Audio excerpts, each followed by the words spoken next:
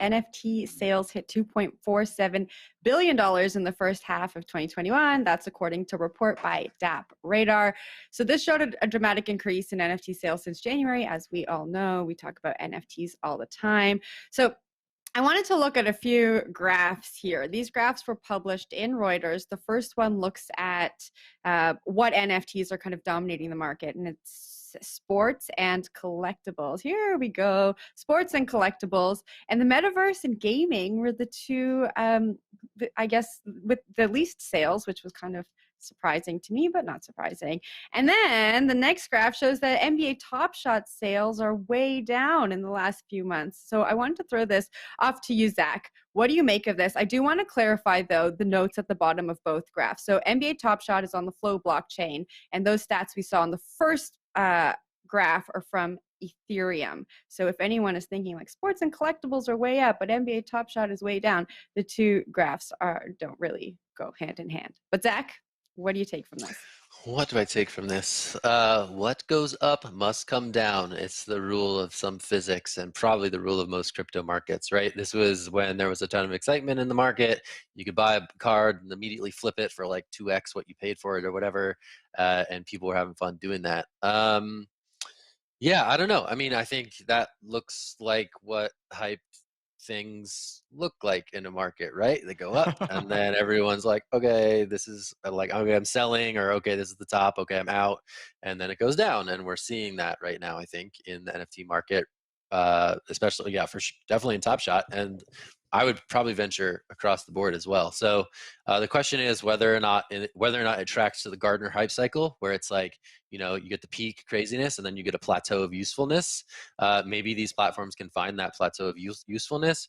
Maybe not. Maybe there's farther to fall. But I don't know. I think it's just interesting to see these markets, how time and again, when there is that market froth, you know, significant drawdowns typically follow.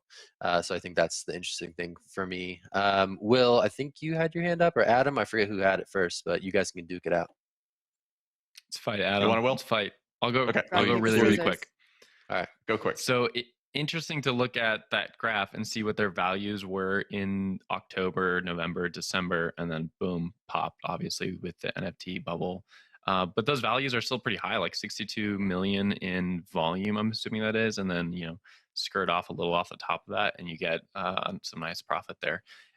Going back to their raise, I mean, Zach can talk about this maybe after Adam. Like, they raised money at the peak of this, like in March, I think, and their valuation went to 7.5 billion, which is nuts. So I'd like to see a new valuation number come out of this, maybe in the next few weeks or months, just kind of as their volumes continue to decline, if that's what ends up happening, because that valuation was probably a little bit high in the mix of things. But I don't think by any means does that graph show that things are done right now. I just think like volumes are half of what they were, but they're still probably like 20x what they were in October. Yeah, so we're very much thinking on the same lines here, Will. You know, when you look at that chart, it is rather striking to see that although we are down from the peak, it's much more than 20x. You know, we were talking about sales figures at the end of last year, you know, towards, you know, like $1 million, like $800,000, something like that. And now we're talking about numbers being down at $50 million. Now, to your point about the valuation that Dapper raised at, again, you got to keep in mind that the way that these cycles work is through a series of beaconing events, as I like to call them. And what a beaconing event is when something happens that it grabs a ton of attention from outside of the space and it sucks it in, which then brings in a ton of new money, a ton of interest, and catalyzes stuff that wasn't going to happen without that.